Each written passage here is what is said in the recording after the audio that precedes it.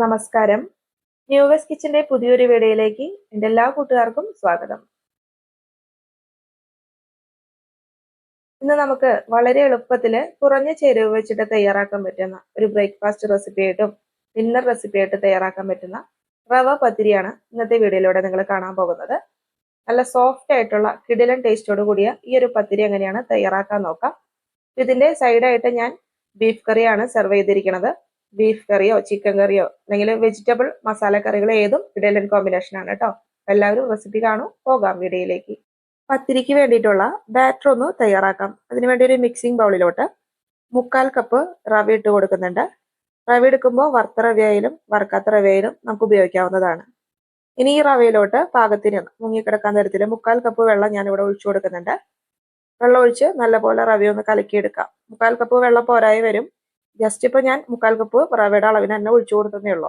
ഇതൊരു 2 മിനിറ്റ് നമുക്കൊന്ന് മാറ്റി വെക്കാം. അപ്പൊ വെള്ളമൊക്കെ ഒന്ന് റവയിൽ ഇറങ്ങിയിട്ട് ഒന്ന് കുതിർന്ന് വരും. അപ്പൊ നമ്മൾ ഒഴിച്ചു കൊടുത്ത വെള്ളമൊക്കെ റവ വലിച്ചെടുത്തിട്ടുണ്ട്. ഇതിലേക്ക് ഇനി ബാക്കി കുറച്ച് ചേരുവകൾ കൂടി ചേർക്കാനുണ്ട്. ഒരു 1/2 കപ്പ് നാളികേരം ചിരകിയത് നമുക്ക് ഇട്ട് കൊടുക്കാം.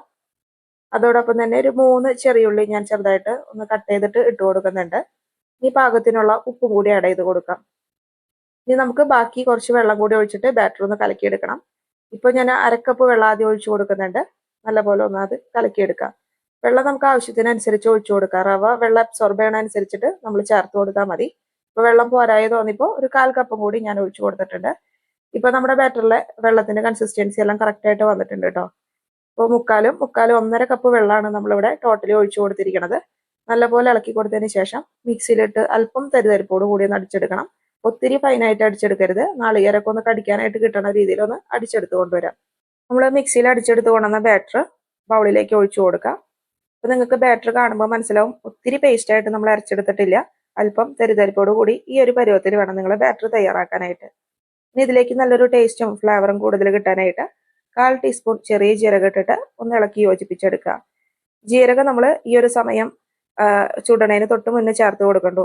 നമ്മൾ ബാറ്റർ അരയ്ക്കുന്ന സമയത്ത് ചേർത്ത് കൊടുത്താൽ ഒത്തിരി അരഞ്ഞു പോയാൽ നമ്മുടെ പത്തിരിയുടെ കളറൊന്ന് ചേഞ്ച് വരും. അതുപോലെ തന്നെ ജീരകത്തിന്റെ ഫ്ലേവർ വല്ലാതെ പത്തിരിയിൽ കുത്തി മുന്നിലോട്ട് നിൽക്കണ പോലെ തോന്നും. അപ്പൊ ബാറ്റർ ഇവിടെ തയ്യാറായിട്ടുണ്ട്. ഇനി പത്തിരി ചുട്ടെടുക്കാം. ഇനി നമുക്ക് ആദ്യത്തെ ഒരു പത്തിരി തയ്യാറാക്കാം. അതിന് വേണ്ടിയിട്ട് പാൻ ഒരു മീഡിയം ചൂടിൽ നിൽക്കുന്ന സമയത്ത് ഒരു തവി മാവ് ഒഴിച്ചൊന്ന് പരത്തി കൊടുക്കാം. ഒത്തിരി അങ്ങോട്ട് കനം കുറച്ച് പരത്തണ്ട. ഈ ഒരു രീതിയിൽ നിങ്ങൾ പരത്തിയെടുത്താൽ മതി. മാവൊന്ന് വെലിഞ്ഞു തുടങ്ങുന്ന സമയത്ത് 1 ടീസ്പൂൺ വെളിച്ചെണ്ണ ഞാൻ ഒഴിച്ചു കൊടുക്കുന്നുണ്ട്. കുറച്ച് നല്ലപോലെ ഒന്ന് മൊരിഞ്ഞ് ടേസ്റ്റ് കൂടുതൽ കിട്ടാനാണ് വെളിച്ചെണ്ണ ഒഴിച്ചു കൊടുക്കുന്നത്. താല്പര്യമില്ലാത്തവർക്ക് വെളിച്ചെണ്ണ ഒഴിവാക്കാം കേട്ടോ. ആദ്യത്തെ സൈഡ് ഒരു 1.5 മിനിറ്റ് എടുത്തിട്ട് ഞാൻ കുക്ക് ചെയ്തെടുത്തിട്ടുണ്ട്. തിരിച്ചിട്ട് കൊടുക്കാം. 2 സൈഡും 1.5 മിനിറ്റ് വീതം തിരിച്ചും മറിച്ചിട്ടൊന്ന് കുക്ക് ചെയ്തെടുത്തിട്ടുണ്ട്. ഒന്ന് ചെറുതായിട്ടൊരു ഗോൾഡൻ കളറിൽ ഒന്ന് മൊരിഞ്ഞു തുടങ്ങുന്ന സമയം വരെ നമ്മളൊന്ന് കുക്ക് ചെയ്തെടുത്താൽ മതി. അപ്പൊ ആദ്യത്തെ പത്തിരി ഇവിടെ തയ്യാറായിട്ടുണ്ട്. മറ്റൊരു പ്ലേറ്റിലോട്ട് മാറ്റി വയ്ക്കാം. ബാക്കിയുള്ള പത്തിരി എല്ലാം ഇതേ രീതിയിൽ നിങ്ങൾ തയ്യാറാക്കുക. ഈ ഒരു ഞാൻ 1/4 കപ്പ് റവ എന്നുള്ള അളവിൽ എനിക്ക് ഈ ഒരു വലിപ്പത്തിന് 6 പത്തിരിയാണ് കിട്ടിയിരിക്കുന്നത്. നിങ്ങൾ വലിപ്പം കുറച്ചിട്ട് ചുട്ടെടുക്കണമെന്ന് വെച്ചാൽ കുറച്ചും കൂടി എണ്ണം നിങ്ങൾക്ക് കിട്ടും. ഈ ഒരു വലിപ്പത്തിൽ 6 എണ്ണം കിട്ടിയിട്ടുണ്ട്.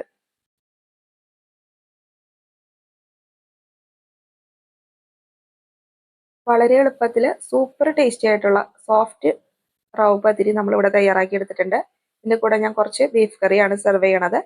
ബീഫോ ചിക്കനോ ഏതായാലും നല്ല ടേസ്റ്റ് ആണ്. അപ്പൊ എല്ലാവരും റെസിപ്പി ഇഷ്ടമായെങ്കിൽ ഒന്ന് ട്രൈ ചെയ്തിട്ട് അഭിപ്രായങ്ങൾ അറിയിക്കാൻ മറക്കരുത് കേട്ടോ. ആദ്യമായിട്ട് നമ്മുടെ ചാനൽ കാണുന്ന കൂട്ടുകാരാണെങ്കിൽ വീഡിയോ കണ്ട് ഇഷ്ടമായാൽ ഒന്ന് സബ്സ്ക്രൈബ് ചെയ്യാനും ലൈക്ക് ചെയ്യാനും ഷെയർ ചെയ്യാനും മറക്കല്ലേ. തൊട്ടടുത്ത ദിവസം വീണ്ടും മറ്റൊരു കിടലൻ റെസിപ്പി ആയിട്ട് കാണാം. താങ്ക്